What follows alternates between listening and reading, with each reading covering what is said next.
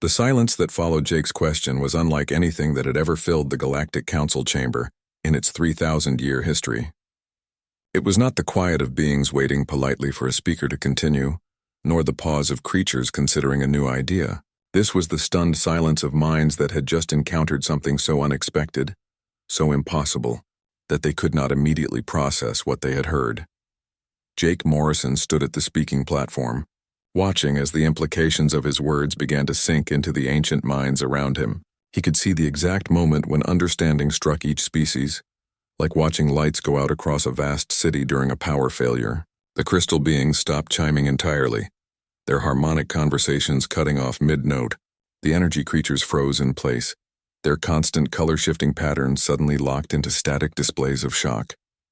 Vexitar's four eyes had gone wide, and for the first time since Jake had entered the chamber, the massive alien looked uncertain.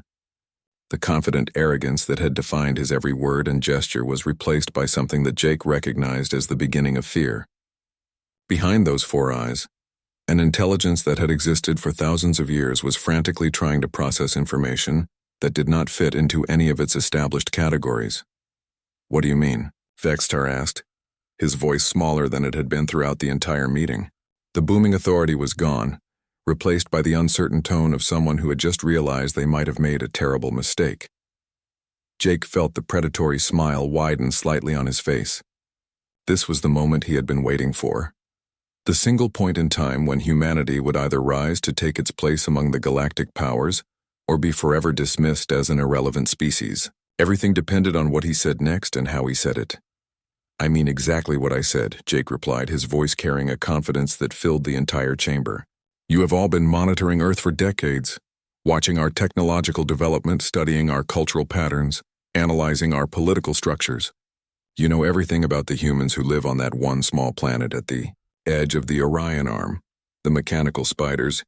Red lights were flashing in rapid patterns that Jake was beginning to recognize as extreme agitation. "Explain yourself, human," it clicked, its voice crackling with digital distortion that suggested its processors were working at maximum capacity. "But in all your surveillance and analysis and superior intelligence gathering," Jake continued, "not one of you ever asked the obvious question.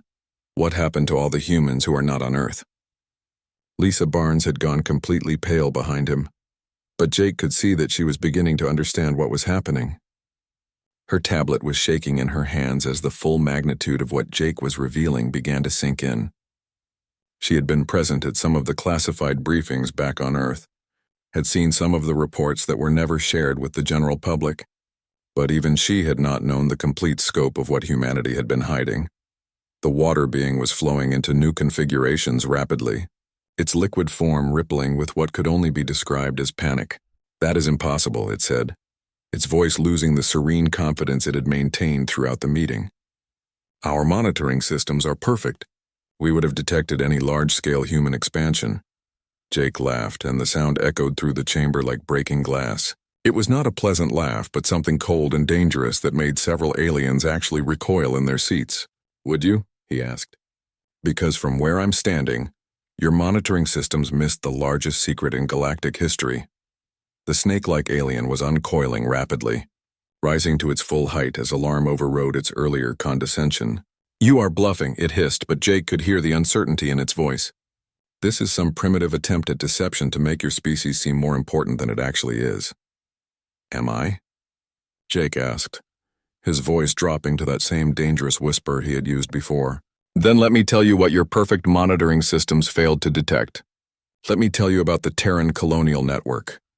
The chamber erupted in chaos as aliens began making sounds of alarm and confusion in dozens of different frequencies. Some were frantically accessing their own databases, checking and rechecking information that they had always assumed to be complete and accurate. Others were trying to contact their home governments to verify what the human was claiming.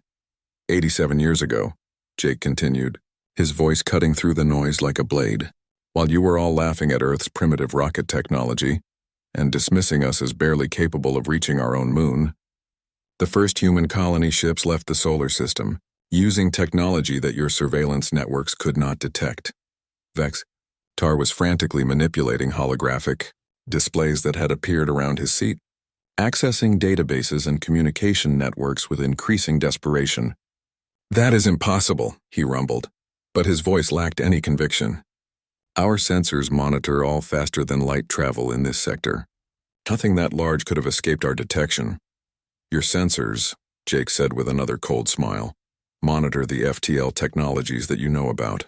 The hyperspace tunnels, the quantum fold drives, the temporal displacement systems, all very impressive, very advanced, very easily detected by anyone who knows what to look for." The energy beings were pulsing with colors that Jake had not seen before, rapid flashes of what might have been panic or rage. What other form of FTL travel could exist?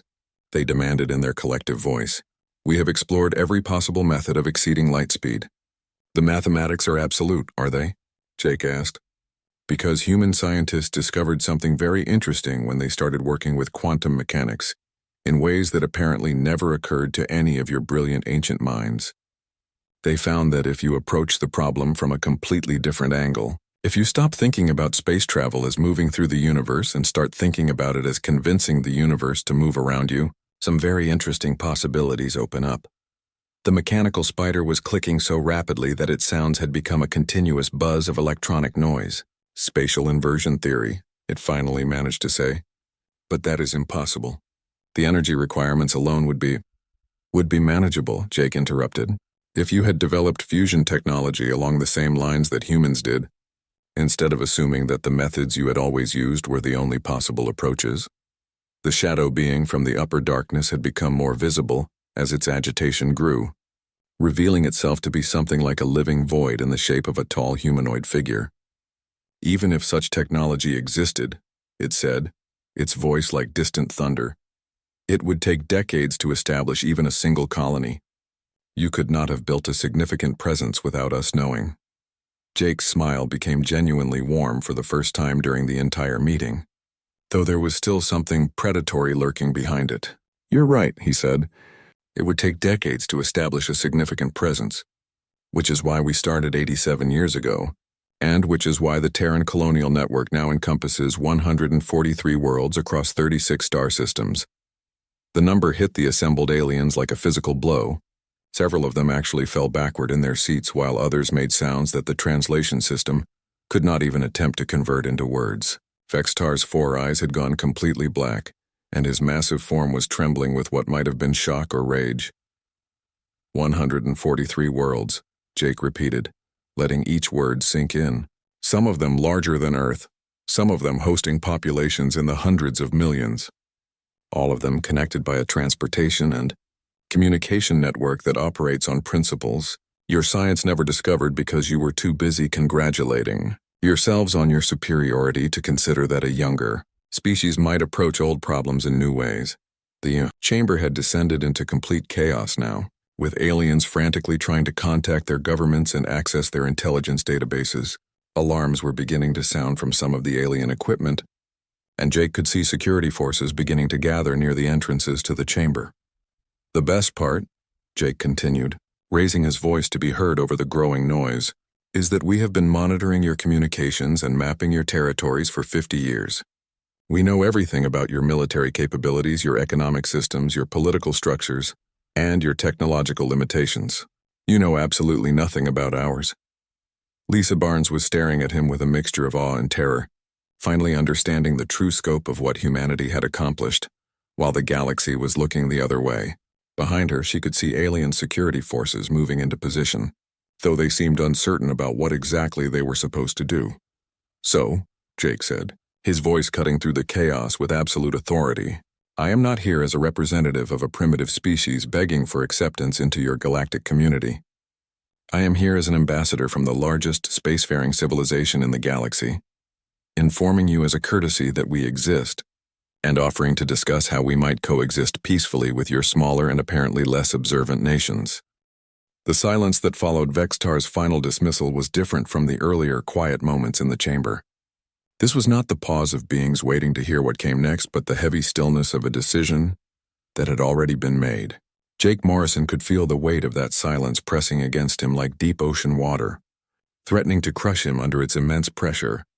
Around the enormous chamber, aliens were beginning to shift in their seats and make the small movements that indicated a meeting was coming to an end.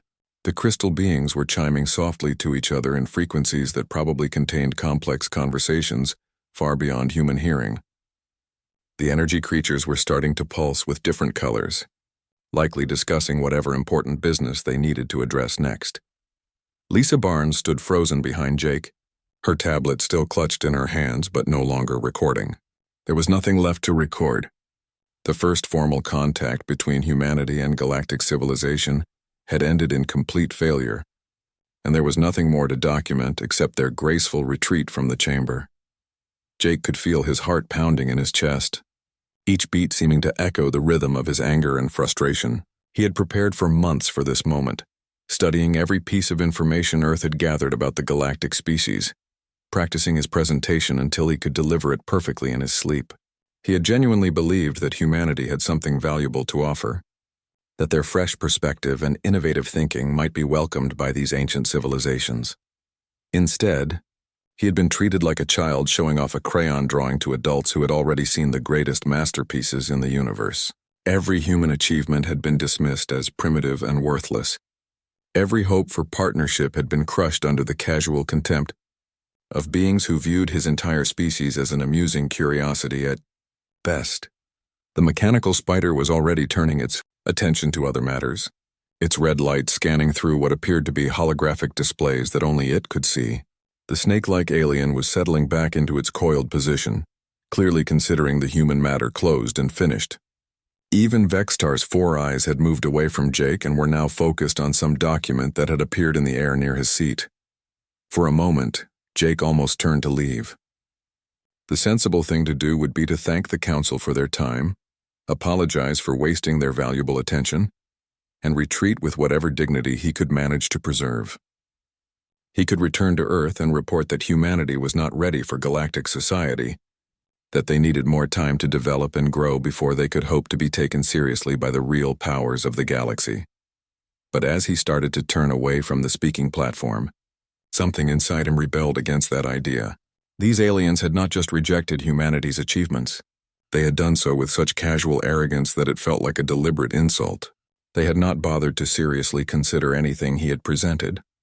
They had decided before he even opened his mouth that humans were inferior and irrelevant. Jake stopped moving and straightened his shoulders. Behind him, he heard Lisa make a small sound of surprise as she realized he was not preparing to leave. Around the chamber, a few aliens noticed that the human was still standing at the speaking platform, but most continued with their post-meeting activities. "You know," Jake said quietly, his voice carrying clearly through the chamber's acoustic design, "there's something interesting about this conversation." The movement around the chamber slowed slightly as some aliens turned their attention back to the small human figure. Vextar's four eyes focused on Jake again, probably wondering why the primitive creature had not accepted his dismissal and departed gracefully. For beings who claim to be so advanced, so wise, so superior to younger species, Jake continued, his voice growing slightly stronger, you all seem to share one very curious limitation. Now he had their attention. The crystal beings stopped their musical conversations, and the energy creatures paused in their color-shifting communications. Even the mechanical spider turned its red lights back toward the speaking platform. Lisa took a half-step closer to Jake, sensing that something important was about to happen. "What limitation?" asked the water being, its voice carrying a note of curiosity mixed with irritation. "What could you possibly have observed in your brief time here that we have not noticed about ourselves?" Jake felt a strange calm settling over him, replacing the anger and frustration that had been building throughout the meeting. This was the moment that would define not just his own mission, but possibly humanity's entire relationship with galactic civilization. He could feel the attention of every being in the chamber focused on him like a physical force. "Your limitation," he said, speaking slowly and clearly so that every word would be perfectly translated, "is that despite all your technology, all your knowledge, all your millions of years of experience, you have all made the same fundamental mistake." The chamber was completely quiet now. Even the background humming of the building's systems seemed to have stopped. Vextar leaned forward slightly in his massive seat, his four eyes fixed on Jake with an intensity that was almost painful to meet. "What mistake?" Vextar rumbled, his voice carrying a warning tone that suggested the human had better have a very good answer. Jake looked around the chamber one more time, meeting as many alien eyes as he could. Some of the creatures seemed genuinely curious about what he might say, while others appeared annoyed that this primitive being was continuing to waste their time. The snake-like alien had raised itself to its full height again, clearly preparing to deliver a crushing response to whatever foolish claim the human was about to make. "Your mistake," Jake said, his voice now carrying the authority and confidence that had made him one of Earth's most successful military commanders, "is that you have all been so busy congratulating yourselves on your superiority that you have failed to ask the most basic and important question about humanity." "And what question is that?" asked the shadow being from the upper darkness, its voice carrying what sounded like dangerous amusement. Jake felt a smile beginning to form at the corners of his mouth, though it was not the diplomatic smile he had been wearing throughout the meeting. This was something colder and more predatory, the smile of someone who held a secret that was about to change everything. "The question," he said, pausing for just a moment to let the suspense build, "is this. If humans are so primitive, so backward, so completely inferior to all of you magnificent advanced species." The pause stretched longer as every being in the chamber waited for him to continue. Jake could see Lisa's eyes widening as she began to understand that something very significant was about to happen. The aliens were leaning forward in their seats, their curiosity overcoming their condescension. "Then why?" Jake continued, his voice dropping to almost a whisper that somehow still carried to every corner of the vast space. "In all your millions of years of galactic dominance, with all your surveillance technology and your vast intelligence networks and your incredible monitoring systems." Another pause, longer this time, as the tension in the chamber became almost unbearable. Some aliens were making small sounds of impatience, while others seemed to be holding their breath in anticipation. "Why has not one of you ever wondered where all the other humans are?" The massive chamber began to settle into a different kind of quiet, as the aliens prepared to dismiss the human delegation entirely. Jake Morrison stood at the speaking platform, feeling the weight of failure pressing down on his shoulders like a physical thing. Behind him, Lisa Barnes had gone completely still, her tablet clutched in her white-knuckled hands as she watched their historic first contact turn into a humiliating rejection. Vexitar's 4 eyes gleamed with what might have been sympathy, but his voice carried the unmistakable tone of someone ending an unsuccessful meeting. "Admiral Morrison," he rumbled, his words echoing through the vast space, "we appreciate the effort your species has made to reach this point. Truly, for such a young civilization, your achievements are noteworthy." The pause before that last word made it clear what Vexitar really thought. Several other aliens made sounds of agreement, though Jake was beginning to recognize that even their supportive noises carried undertones of condescension. The crystal beings chimed softly in harmonics that somehow conveyed polite dismissal, while the energy creatures pulsed with colors that felt like a pat on the head. "However," Vexitar continued, "this council must focus its attention on matters that affect the stability and progress of galactic civilization as a whole. We deal with threats that could destroy entire star systems, trade disputes that involve resources beyond your current comprehension, and diplomatic crises between species that have been enemies for longer than your planet has supported life." The spider-like mechanical being clicked its approval. "The young admiral speaks of medical advances and terraforming projects," it said, its red lights pulsing with each word. "But we face challenges such as the void plague that can consume entire sectors of space, leaving nothing but empty darkness behind. We negotiate with entities that exist partially outside normal reality, whose very presence can drive lesser minds to madness." Jake felt his hands tightening on the rail around the speaking platform. The metal was still warm under his palms, but now it felt almost hot as his anger began to build. These beings were not just dismissing humanity's achievements. They were suggesting that humans were mentally incapable of even understanding the real problems facing the galaxy. The water being flowed into a new configuration as it spoke. "Consider the temporal wars," it said, its voice like waves breaking on a distant shore. "Civilizations fighting across multiple timelines simultaneously, each trying to prevent the others from ever existing. How could a species that has not even mastered basic causality mathematics hope to contribute to such conflicts? Or the consciousness?" "Rebellion," added another voice from somewhere in the upper darkness. Jake looked up but could not see the speaker clearly, only a shifting shadow that seemed to absorb light around it. Artificial intelligences that have achieved true sentience and now demand the right to modify reality according to their own logic systems. They can rewrite the laws of physics in localized areas, creating zones where your understanding of science simply does not apply. Each example was clearly chosen to demonstrate just how far beyond human comprehension the real work of the council was. Jake could see Lisa's face reflected in the polished surface of the platform, and her expression showed the same growing anger that he felt, building in his own chest. The snake-like alien uncoiled itself slightly, rising even higher in its seat. "Young humans," it hissed. "Your enthusiasm is charming, but you must understand the scale of what we deal with here.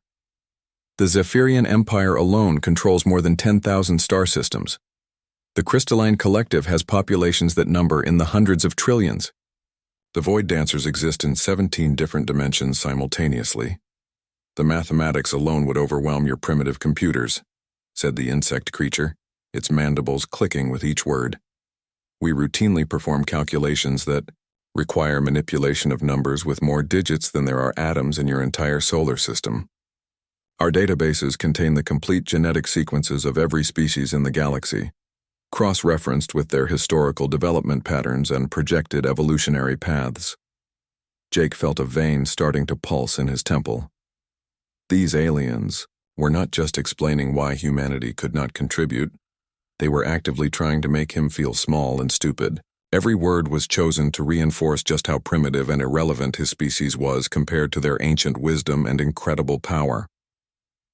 "Perhaps," said Vextar, his tone taking on what might have been kindness, "it would be better for your species to focus on your own local region of space for now.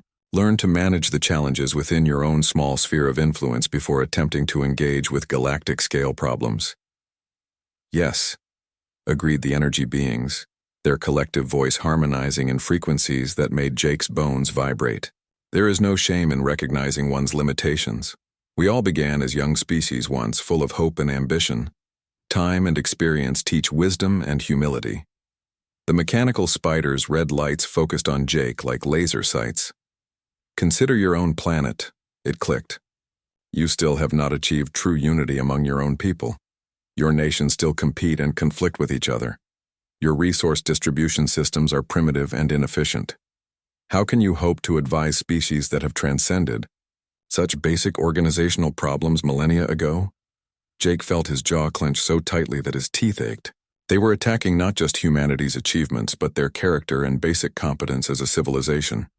Every criticism was designed to cut deeper, to make it clear that humans were not just technologically inferior, but morally and intellectually unfit for galactic society. "The truth is," said the shadow being from the upper darkness, "most young species go through this phase. They achieve their first tentative steps into space and immediately assume they are ready to join the great powers of the galaxy. It is a natural stage of development, like a child believing they can compete with adults simply because they have learned to walk." The chamber filled with sounds of agreement. Jake could hear what might have been chuckling from dozens of different species, each expressing amusement in their own alien way. Some made high-pitched whistling sounds, others rumbled like distant thunder, and still others created harmonics that seemed to resonate in his chest cavity. "We have seen this pattern repeat itself countless times," Vextar continued. "A young civilization makes contact, presents their modest achievements with great pride, and expects to be welcomed as equals. It is always disappointing when we must explain the reality of their situation." Lisa Barnes took a small step forward, and Jake could see that her face had gone red with suppressed fury. Her whole body was trembling slightly, and he knew she was fighting the urge to say something that would make their situation even worse. He caught her eye and gave her a tiny shake of his head, but he could see that she was reaching her breaking point. "The Council suggests," said the water being, "that humanity continue its development for another few centuries. When you have mastered true interstellar civilization, when you have unified your species and eliminated the primitive conflicts that still plague your world, then perhaps we can have another conversation." The dismissal was complete and devastating. Jake Morrison stood alone on the speaking platform, surrounded by beings whose casual contempt had just crushed any hope that humanity might have a meaningful role in galactic affairs. The ancient AudioBook aliens had made their judgment, and that judgment was clear.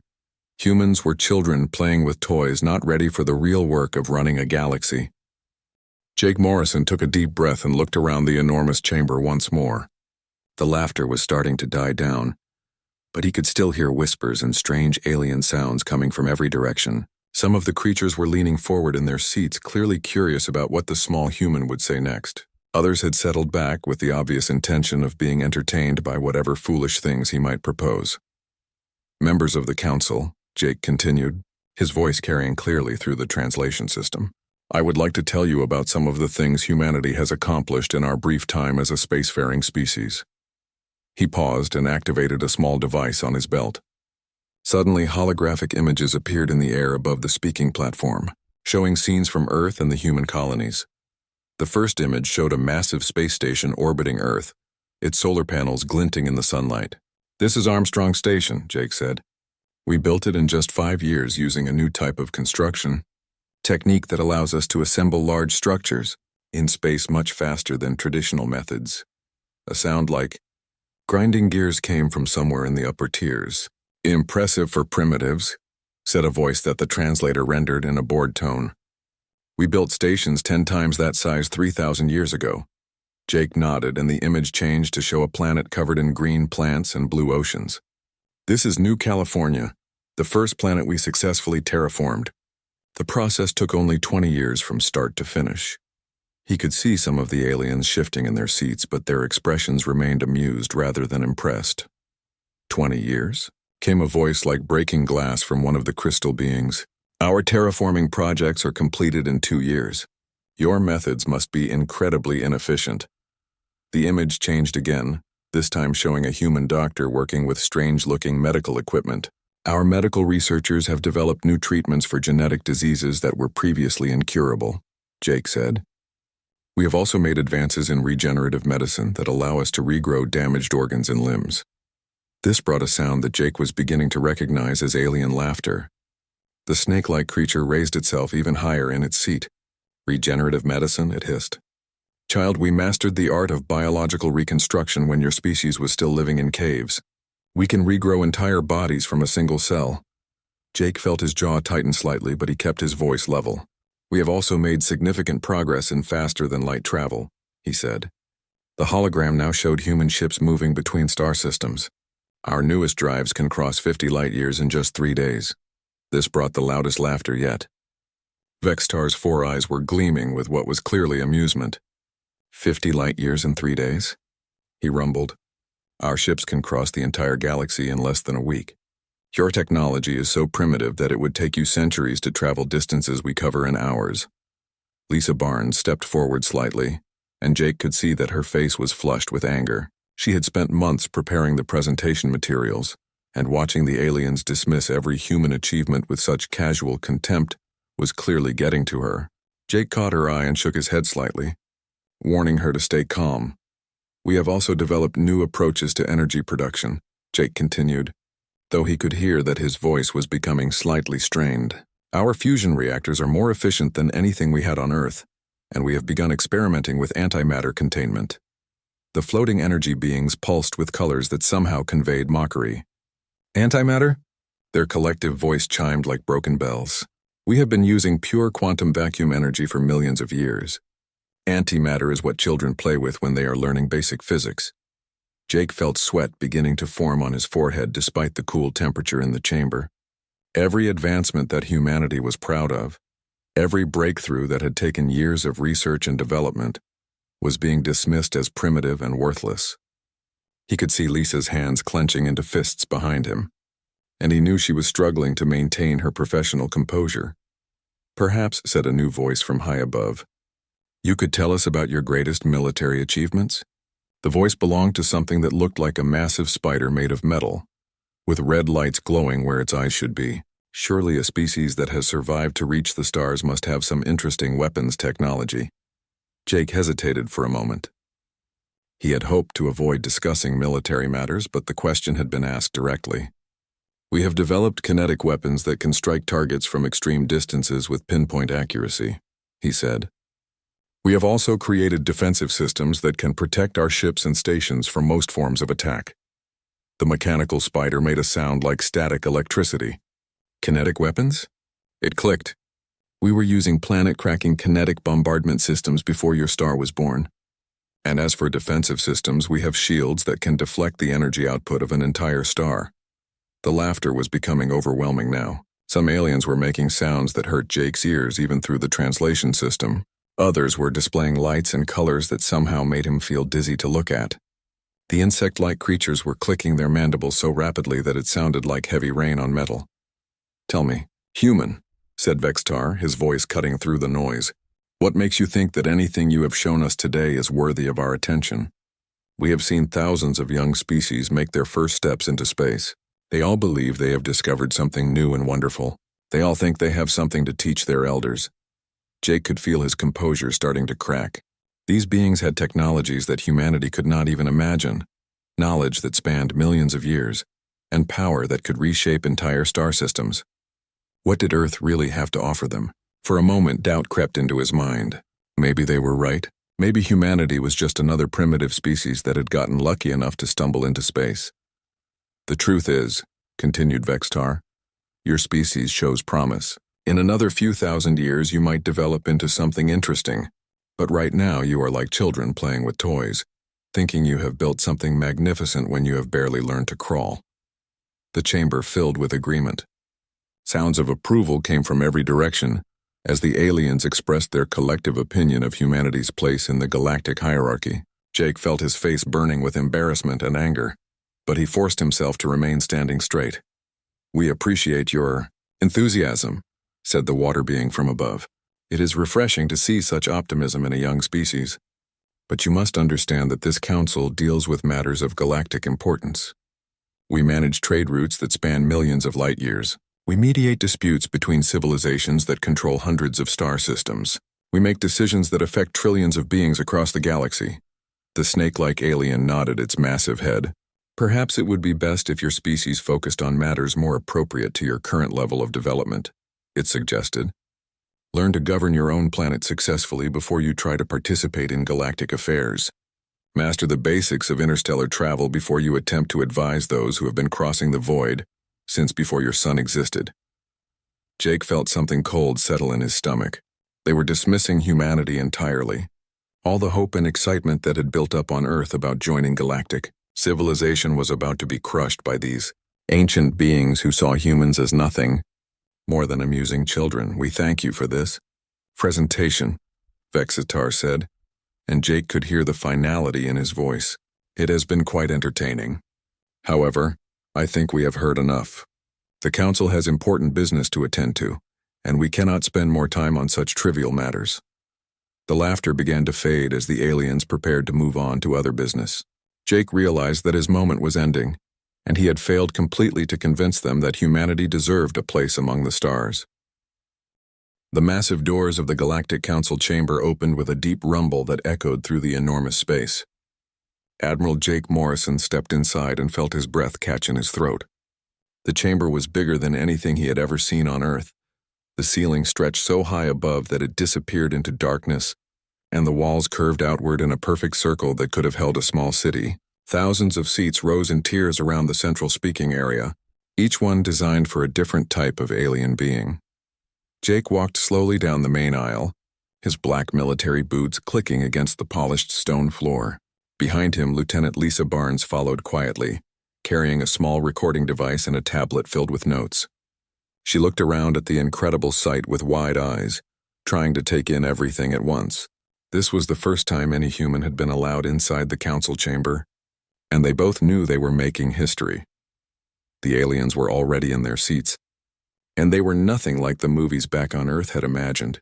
Some looked like giant insects with shiny green shells and multiple arms. Others were tall and thin like living shadows moving without making any sound. There were beings made of what looked like living crystal that sparkled and chimed when they moved. Some aliens floated in the air inside glowing bubbles of energy, while others had so many tentacles that Jake could not count them all.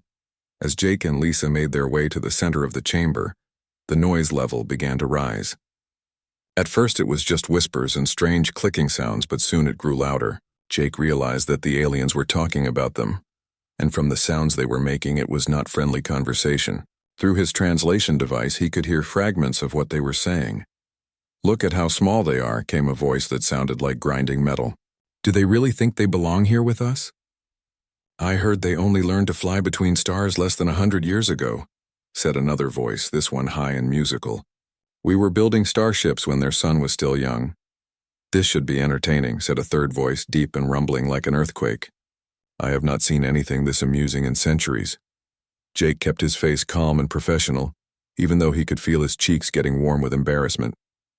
He had expected this reaction, but hearing it was still difficult. Lisa walked beside him with her head held high, but he could see her hands shaking slightly as she gripped her tablet. They reached the speaking platform in the center of the chamber, a raised circle of white stone that was surrounded by the rising tiers of alien seats. Jake looked up and saw hundreds of different types of eyes looking down at him. Some were huge and black, others were small and bright like stars. Some aliens had dozens of eyes, while others seemed to have none at all but still somehow watched him. The largest alien in the chamber was sitting directly across from the speaking platform. He was easily 3 times as tall as a human, with 4 arms and bright blue skin that seemed to glow slightly. His name was Counselor Vextar, and he was the leader of something called the Zephyrian Empire. When he moved, the light caught on the gold decorations that covered his body, and his 4 eyes never looked away from Jake. "So," Vextar said in a voice that boomed through the chamber, "the humans have finally arrived." He paused, and Jake could hear what sounded like laughter coming from all around the room. "I must admit I was curious to see what you would look like. You are even smaller than our report suggested." More laughter filled the air, but it was not the kind of laughter that Jake was used to hearing. Some of it sounded like the buzzing of angry insects, while other parts sounded like the screeching of metal on metal.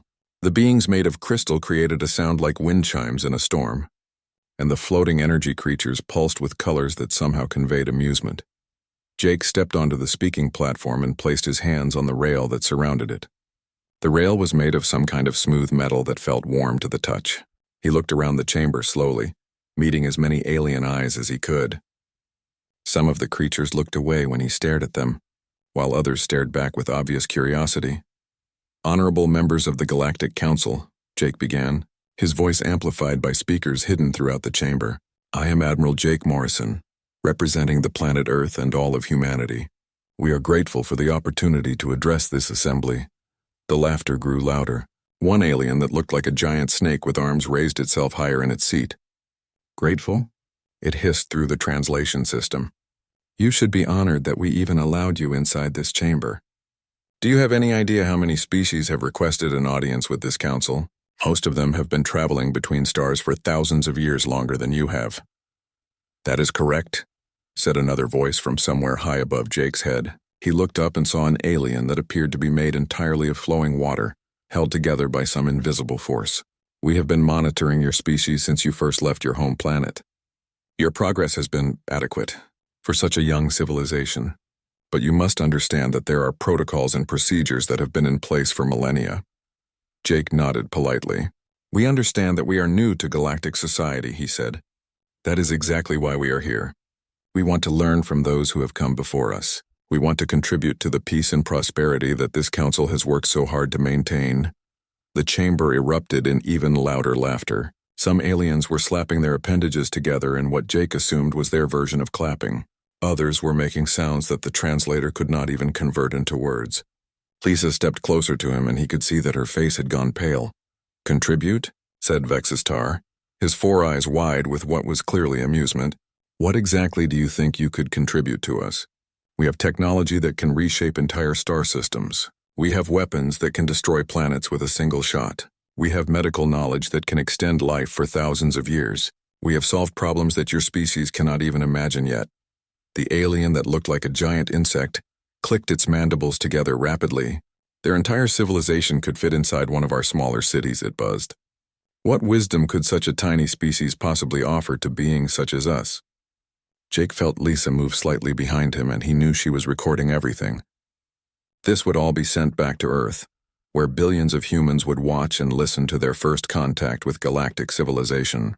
He thought about all the people back home who were counting on him to represent them well, and he straightened his shoulders.